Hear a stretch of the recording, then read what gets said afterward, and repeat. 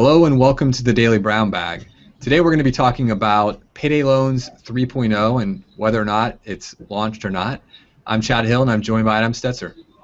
Hey, good afternoon, Chad. Welcome to the Brown Bag. We're covering the Payday Loan 3.0 algorithmic update from Google, and this has been confirmed according to statements from Matt Cutts late last week that Google has indeed rolled out Payday Loan and another algo update, and this is apparently the third version of the Payday Loan algorithm. Version 2.0, we know, and we covered this, Chad, rolled out in May.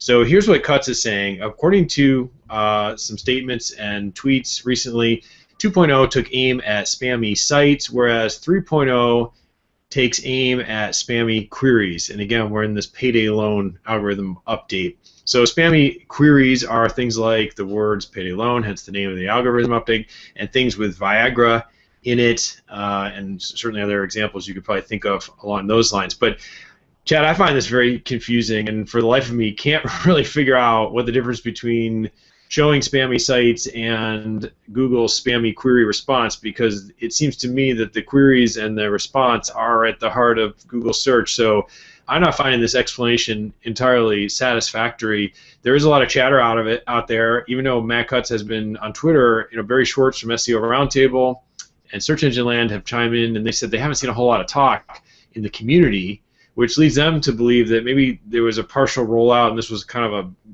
the second part of an incomplete rollout. But then there are some people claiming, of course, they're seeing changes in the algo and their rankings. So did this or didn't this roll out, Chad? What do we really know here? Yeah, Adam, it's a good one, and I think if it was April 1st, we might be thinking this is even like an April Fool's Day type of deal, because it's unusual to see a 2.0 to 3.0 launch within really just a month or so. But I think this is a good time to sort of sit down and say, when these algorithm updates, you can chase the news, you can follow it, and you can try to game the algorithm too much. But the reality is that it's really better off. You should better spend your time working on the things we know that are really important, and that's creating high quality content for your website, and then looking for smart ways to get digital PR and digital publicity for your website, so that you can find ways to have people take notice and mention your website across the web. Those are the things that we know time and time again really matter. So the news here is there's not a whole lot of news, because for the most part, most small businesses aren't doing the types of things that Payday Loans algorithm updates were focused on.